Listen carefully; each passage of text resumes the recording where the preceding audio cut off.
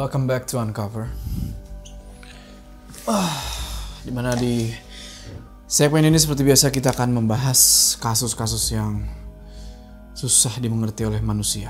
Kali ini gue mau membawakan kasus dari 100 tahun yang lalu. Dan sampai sekarang belum ketemu nih pelakunya siapa. Jadi ini adalah kejadian misteri yang menimpa satu keluarga di Jerman yang tinggal di daerah yang benar-benar terpencil yang bernama Hinterkaifeck. Di sana 6 orang meninggal secara mengenaskan. Mereka semua ditemukan di dalam rumah, berantakan. Jasadnya tercincang. Yang aneh adalah rumah mereka itu cuma bisa diakses lewat satu jalan yang sepi dan jauh dari perkampungan. Dan di hari kejadian itu nggak ada yang mendengar teriakan atau suara-suara yang aneh. Kasus ini emang benar-benar penuh teka-teki, bro. Dan banyak banget teori-teori yang muncul buat mencari tahu siapa pelaku sebenarnya dari kasus Hinterkaifeck ini. Ini adalah salah satu pembunuhan yang paling misterius dan menyeramkan yang pernah ada di Jerman. This is the Hinterkaifeck murder. Let's open the case.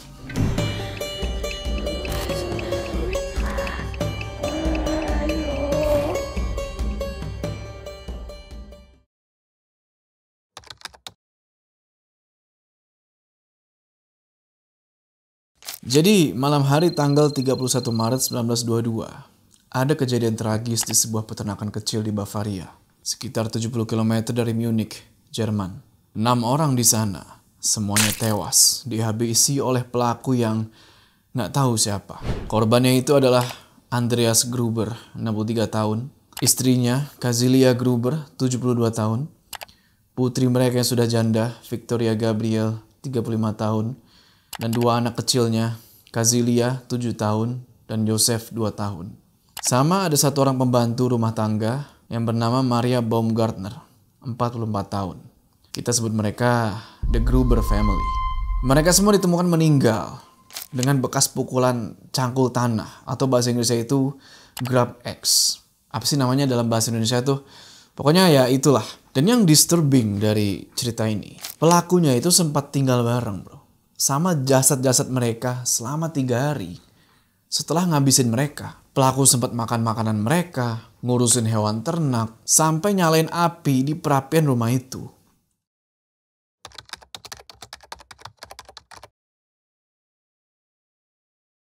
Pertanian di Hinterkaifeck itu dibangun sekitar tahun 1863. Nama Hinterkaifeck itu berasal dari lokasi di mana tempat ini berada. Hinter itu artinya di belakang. Dan Kaifeck adalah nama salah satu desa kecil yang ada di dekat situ. Ya, jadi bisa dibilang pertanian Hinterkaifeck itu adalah pertanian yang ada di belakang desa Kaifeck. Lokasinya sekitar 1 mil dari desa Kaifeck. Tempat ini dikelilingi hutan lebat yang mengebuat seakan-akan tempat ini terisolasi.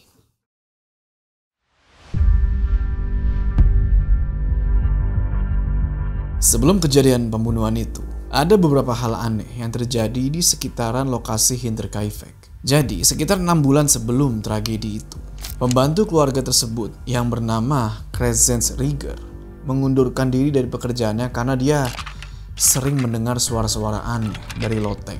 Bahkan dia sempat bilang kalau dia ngerasa rumah itu seperti dihuni oleh setan.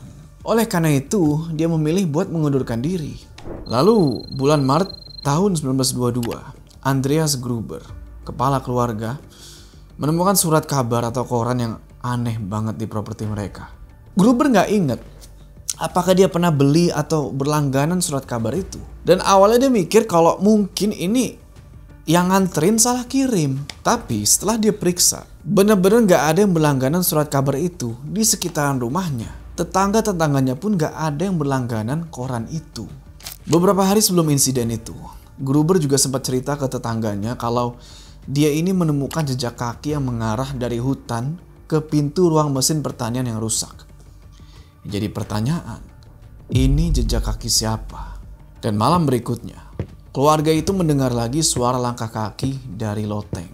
Gruber pun langsung pergi buat ngecek, tapi dia nggak nemuin apa-apa di sana. Gruber sempat cerita soal kejadian itu ke beberapa orang. Dan dia sempat ditawarin bantuan, tapi dia tolak. Sempat disaranin buat lapor polisi, tapi dia nggak mau. Dia nganggap kalau ya suara-suara itu cuma hal biasa yang nggak perlu ditindaklanjuti. Sebuah kesalahan yang fatal. Ada satu cerita menarik dari temannya Kazilia Gabriel. Namanya Victoria, yang waktu itu umurnya masih 7 tahun. Jadi kabarnya Victoria ini sempat melarikan diri malam-malam dari rumahnya. Dan ini sebelum kejadian naas itu. Penyebabnya adalah dia ini bertengkar hebat sama orang rumah, nggak tahu penyebabnya apa. Akhirnya dia dicari, dan beberapa jam kemudian dia ditemukan di hutan. Sebelum akhirnya dibawa lagi ke rumah. Jumat 31 Maret 1922 sore hari, datanglah pembantu baru di keluarga Hinterkaifeck atau keluarga Gruber itu.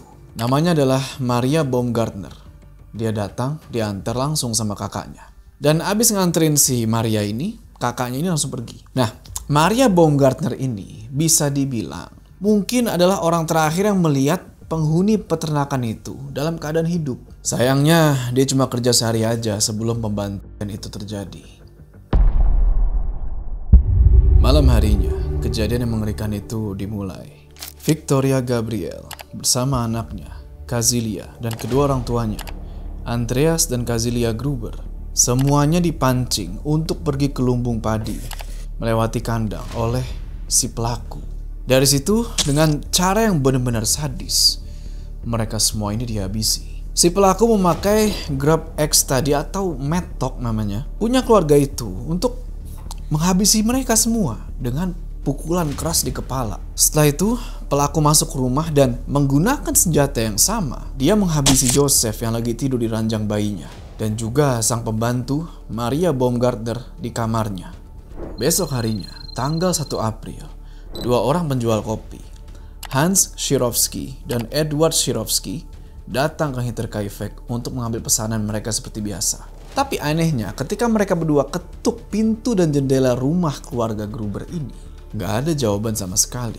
Akhirnya mereka mutusin buat keliling, nyari ke sekitaran. Tapi tetap aja, nggak ada orang. Yang mereka notice, pintu gerbang buat ke mesin pertanian itu kebuka. Tapi mereka nggak berani buat meriksa. Dan mereka mutusin buat pergi dari situ. Beberapa hari setelah itu, si kecil Kazilia Gabriel nggak masuk sekolah. Dan keluarga itu pun gak hadir di gereja buat ibadah minggu. Dari sini, orang-orang sekitar mulai penasaran. Apa yang sebenarnya terjadi sama keluarga Gruber?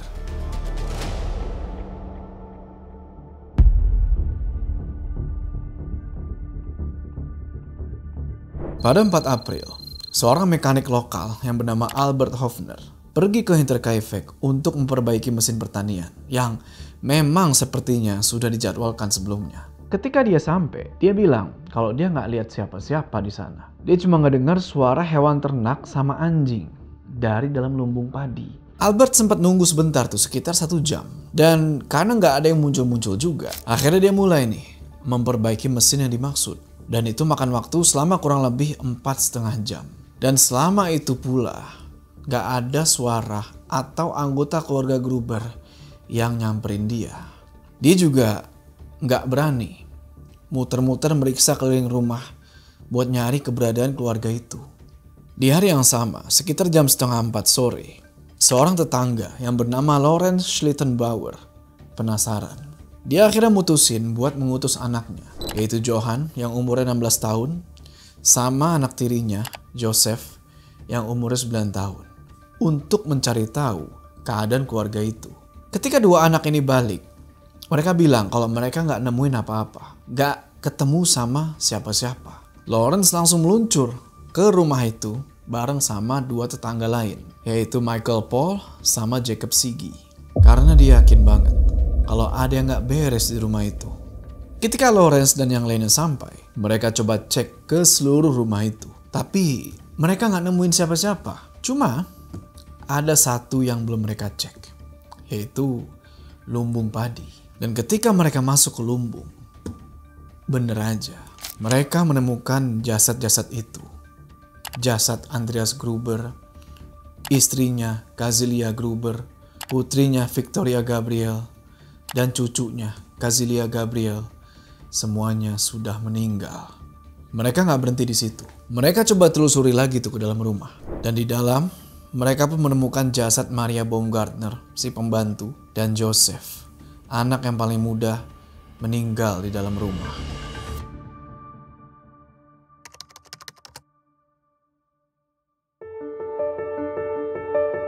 Inspektur George Reingruber dan timnya mulai memimpin penyelidikan soal pembunuhan di Hinterkaifeck itu. Tapi, yang menjadi masalah, penyelidikan awal ini jadi terganggu gara-gara banyak orang yang masuk ke TKP. Mereka ngubah-ngubah barang, ngabisin makanan, bahkan sampai masuk-masuk ke dapur korban. What the hell gitu kan? Sehari setelah mayat-mayat ditemukan, dokter forensik Johann Baptist Aumüller langsung melakukan autopsi di lumbung. Dan dari hasil autopsi itu, kesimpulannya adalah kalau kemungkinan besar Grab X itu adalah senjata yang dipakai untuk menghabisi keluarga Gruber. Walaupun Grab X-nya sendiri itu nggak ditemuin di lokasi. Satu fakta yang mengerikan adalah penyelidikan menunjukkan kalau ternyata Kazilia Gabriel masih hidup beberapa jam setelah serangan itu. Dia bahkan sampai nyabut rambutnya sendiri. Mungkin karena saking putus asanya, seiring dia terbaring di jerami sampai akhirnya dia meninggal. Gue gak tahu ya gimana ketakutan dan kehororan yang dialami sama Kazilia ini. Gue gak sanggup bayangin kalau ngeliat keluarga lu sendiri udah bergeletakan di sekitaran lu, gak bernyawa. Dan bisa jadi Kazilia ini ngelihat siapa pelakunya. Setelah itu, tengkorak-tengkorak para korban dibawa ke Munich buat diperiksa lebih lanjut.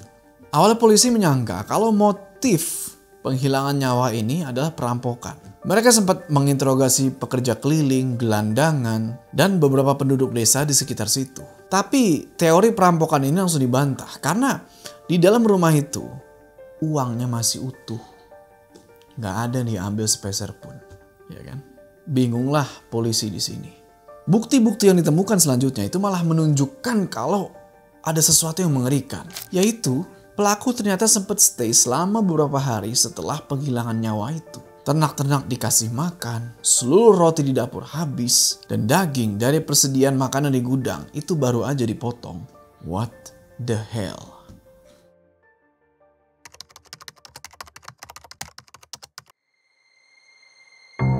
Tapi dalam catatan pemeriksaan komisi pengadilan, ada yang aneh.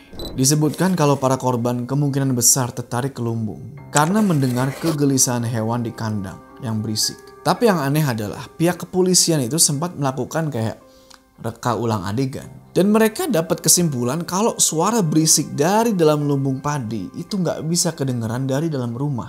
Jadi bukan itu pemicu mereka pergi ke lumbung. Tapi apa sebenarnya yang menarik perhatian mereka sampai akhirnya mereka pergi ke lumbung? Ada yang salah. Pada malam setelah penghilangan nyawa, 3 hari sebelum jasad ditemukan, ada seorang pengrajin namanya Michael Plock yang kebetulan lewat di dekat Hinterkaifeck. Dia ngaku kalau dia ngelihat oven di dalam rumah itu dinyalain sama seseorang. Terus seseorang itu mungkin karena ngelihat si Michael, dia keluar dari rumah, ngedeketin si Michael sambil ngebawa lentera yang terang banget sampai Michael ini nggak bisa lihat siapa ini orang. Dan akhirnya si Michael buru-buru kabur dari situ. Michael juga sempat nyium bau asap dari cerobong perapian yang baunya aneh, bau yang nggak biasa dari perapian. Entah apa yang dibakar di situ. Tapi sayangnya pengakuan dari Michael ini nggak pernah diinvestigasi lebih lanjut. Dan nggak ada penyelidikan tentang apa yang sebenarnya dibakar di oven malam itu. Padahal itu kan bisa jadi petunjuk penting. Kenapa sih polisi ini? Terus ada juga kejadian di tanggal 1 April sekitar jam 3 pagi. Seorang petani dan tukang daging yang bernama Simon Reislander yang lagi pulang lewat dekat daerah Brunnen tiba-tiba ngeliat 2 sosok misterius di tepi hutan. Begitu orang asing itu melihat Simon, mereka langsung balik badan dan coba buat nyembunyiin muka mereka. Setelah mendengar berita soal kasus Hinterkaifeck ini, Simon mulai curiga kalau 2 orang itu mungkin adalah pelakunya. Pada pertengahan Mei 1927, ada sebuah cerita aneh lagi. Katanya ada seorang pria tidak dikenal tiba-tiba memberhentikan seorang penduduk Waldhofen tengah malam. Bertanya-tanya soal kasus penghilangan nyawa di Hinterkaifeck. Habis nanya kayak gitu, orang ini malah teriak-teriak kalau dialah pelakunya. Setelah itu, dia kabur masuk ke dalam hutan. Sayangnya, identitas pria itu nggak pernah diketahui sampai sekarang. Apa mungkin dia pelakunya? Setelah polisi selesai melakukan investigasi, mulailah mereka ini membuat daftar tersangka. Ada sekitar 10 nama yang kemungkinan adalah tersangkanya. Kita bahas satu persatu.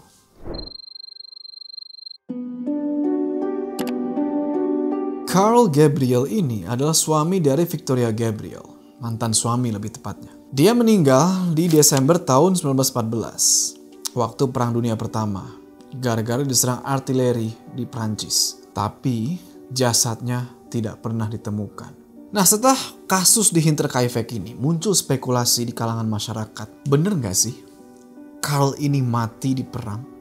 Ketika Carl udah gak ada, Victoria itu ternyata hamil dan melahirkan anak laki-lakinya, Joseph. Di sini beredar rumor kalau Joseph ini adalah anak hasil hubungan incest antara Victoria dan ayahnya, Andreas Gruber.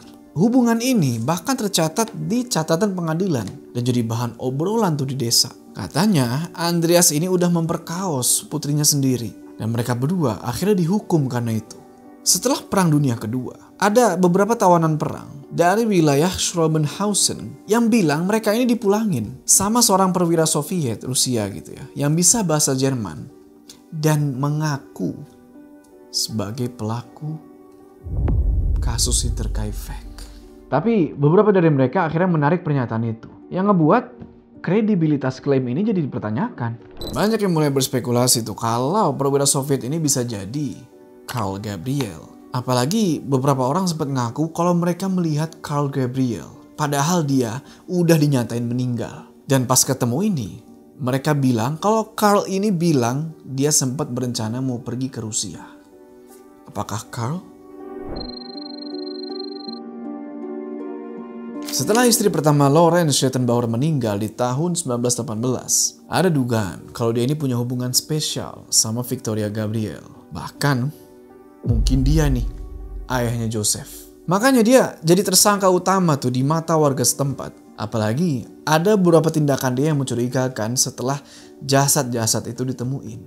Ketika Schlittenbauer dan teman-temannya sampai di lokasi untuk menyelidiki, mereka harus mendobrak gerbang tuh buat masuk ke lumbung karena semua pintu itu terkunci.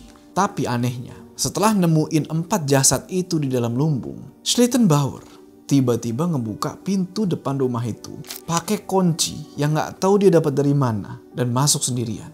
Ini mencurigakan banget. Beberapa hari setelah insiden penghilangan nyawa itu, ada laporan kalau kunci rumah hilang. Dan ada kemungkinan kalau si Lorenz Schlittenbauer ini yang adalah tetangga dan mungkin kekasihnya Victoria punya akses ke kunci itu. Ketika ditanya kenapa dia masuk sendirian ke dalam rumah itu, Lorenz Schlittenbauer bilang kalau dia ini cuma mau cari anaknya, Joseph. Bukan Joseph yang itu ya, dia kan punya anak Joseph juga namanya. Dan yang lebih aneh lagi, dia juga sempat mindahin beberapa jasad di TKP yang bisa aja mungkin itu bertujuan buat mengacaukan investigasi polisi. Selama bertahun-tahun setelah kejadian, kecurigaan orang-orang ke Schlittenbauer itu gak pernah benar-benar hilang.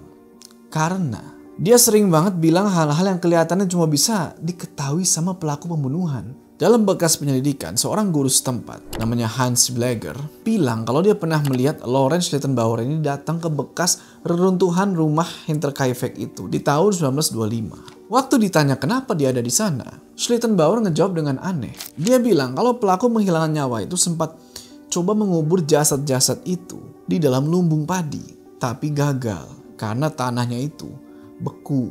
Bisa dibilang ya ini sangat-sangat mencurigakan karena dia kelihatannya kok tahu banget soal kondisi tanah waktu penghilangan nyawa itu terjadi. Tapi ya mungkin aja dia cuma mikir logis. Soalnya kan dia udah lama juga tinggal di situ kan, gak jauh dari rumah keluarga itu.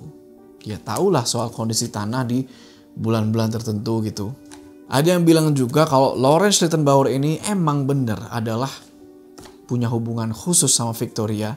Dan Victoria ini ngedesak buat ngasih nafkah ke si Joseph ini. Sebelum meninggal di tahun 1941, Schlittenbauer ini sempat menangin beberapa tuntutan pencemaran nama baik dari orang-orang yang udah nuduh dia sebagai pelaku dari kasus Hinterkaifeck ini. Kalau dia menang di pengadilan, berarti kan bukan dia pelakunya. Tapi kenapa kok sangat mencurigakan sekali? Adolf Gump ini udah dicurigai dari 9 April. Gara-gara keterkaitan dia sama Freikorps Oberland, salah satu organisasi pasukan keamanan volunteer gitu ya, sukarela. Nah, si Adolf Gump ini adalah anggota Freikorps Oberland itu. Yang katanya dia ini ikut terlibat dalam insiden penghilangan nyawa 9 petani di Silesia Hulu ketika pemberontakan Polandia di tahun 1921. Jadi dia punya track record nih, punya jejak kriminal. Dia bahkan sempat udah turun tuh perintah penangkapan buat menangkap si Adolf Gump ini. Pada 1951, jaksa Andreas Popp mulai menyelidiki Adolf dan Anton Gump soal insiden di Hinterkaifeck. Crescentia Mayer, kakak mereka, bahkan mengaku di ranjang kematian dia sebelum dia meninggal, dia bilang kalau Adolf dan Anton itu adalah pelakunya. Dari pengakuan itu, Anton ditangkap. Tapi sayangnya, Adolf udah meninggal duluan di tahun 1944. Dan beberapa waktu setelah itu, si Anton yang ditangkap dibebasin karena nggak ada bukti yang kuat buat nahan dia.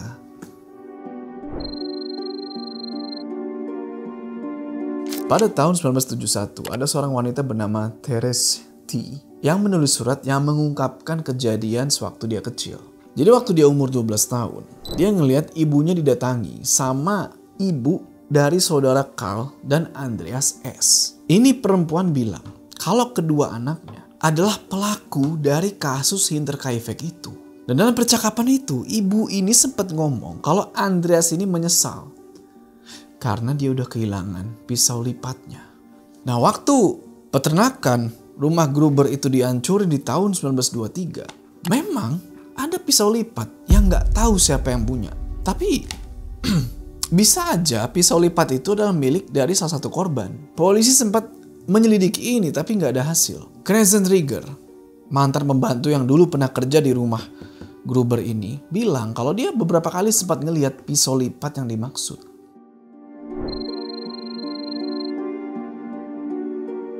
Peter Weber ini jadi tersangka gara-gara ucapannya Joseph Bates, mantan rekan kerjanya dia. Mereka berdua kerja bareng sebagai buruh ketika musim dingin di tahun 1919 sampai 1920 dan tidur bareng di kamar yang sama. Kata Bates, Weber pernah ngomong soal peternakan Hinterkaifeck. Dia bilang kalau yang tinggal di sana itu cuma pasangan tua, putri mereka sama 2 anak kecil. Dan Weber juga kayaknya tahu soal hubungan incest antara Andreas Gruber dan putrinya.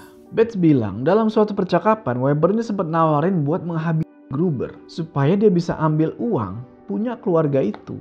Tapi setelah Bates tolak tawaran itu, Weber nggak pernah bahas lagi.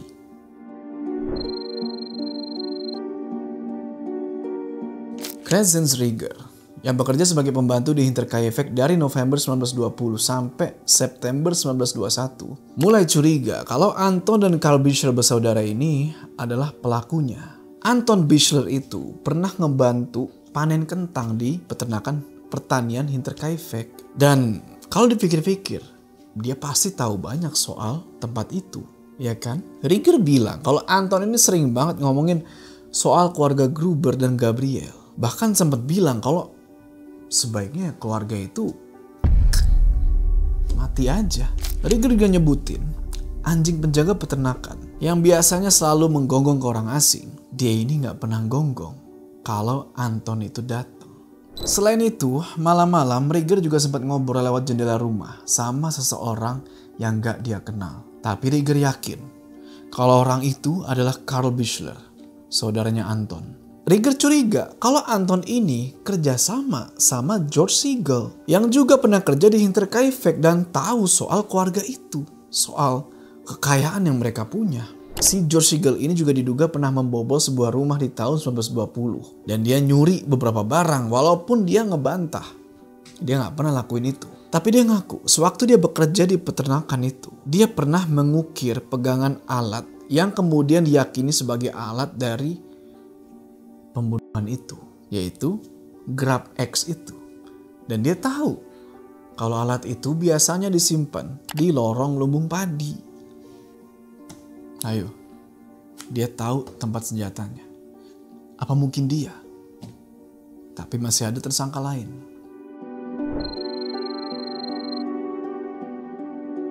Thaler bersaudara juga nggak luput dari kecurigaan. Dan semua ini berdasarkan sama apa yang dibilang oleh mantan pembantu di Hinterkaifeck, si Kransen's Rieger. Sebelum insiden itu terjadi, Thaler sama temannya ini udah pernah nyuri barang-barang kecil di sekitaran situ. Rieger cerita kalau dia pernah melihat si Joseph Thaler ini berdiri di dekat jendela rumah malam-malam. Thaler nanya-nanya ke Rieger soal keluarga Gruber, tapi Rieger nggak pernah jawab. Dalam percakapan itu, justru Thaler ini bilang kalau dia tahu siapa yang tidur di kamar mana, dan bahkan bilang kalau keluarga itu sebenarnya punya banyak uang.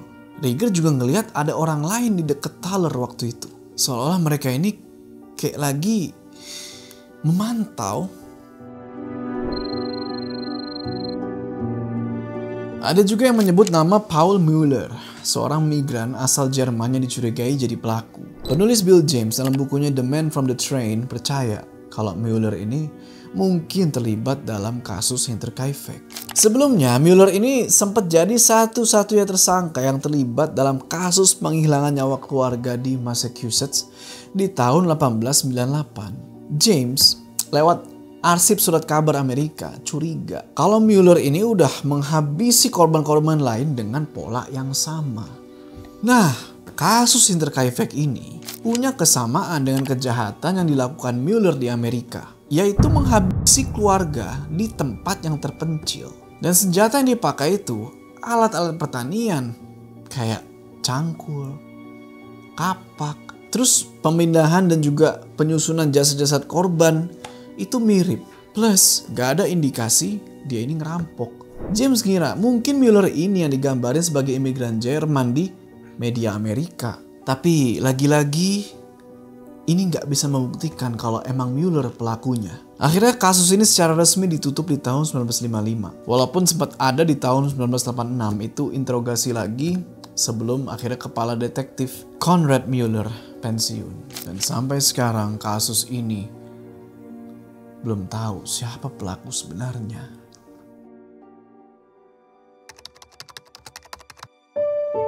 Kurang dari setahun setelah kejadian naas itu, semua bangunan di sana dihancurin. Tujuannya ya supaya kenangan atas tragedi itu nggak ada lagi. Nah, ketika dihancurin, malah ketemu beberapa barang bukti lain kayak Grab X yang masih ada darahnya, yang sekarang udah kering, itu ditemuin di atas loteng. Dan pisau lipat yang ditemuin di tumpukan jerami di lumbung. Setelah dihancurkan, dibangunlah monumen kecil yang bernama Hinterkaifeck an der Stadt di lokasi bekas pertanian itu.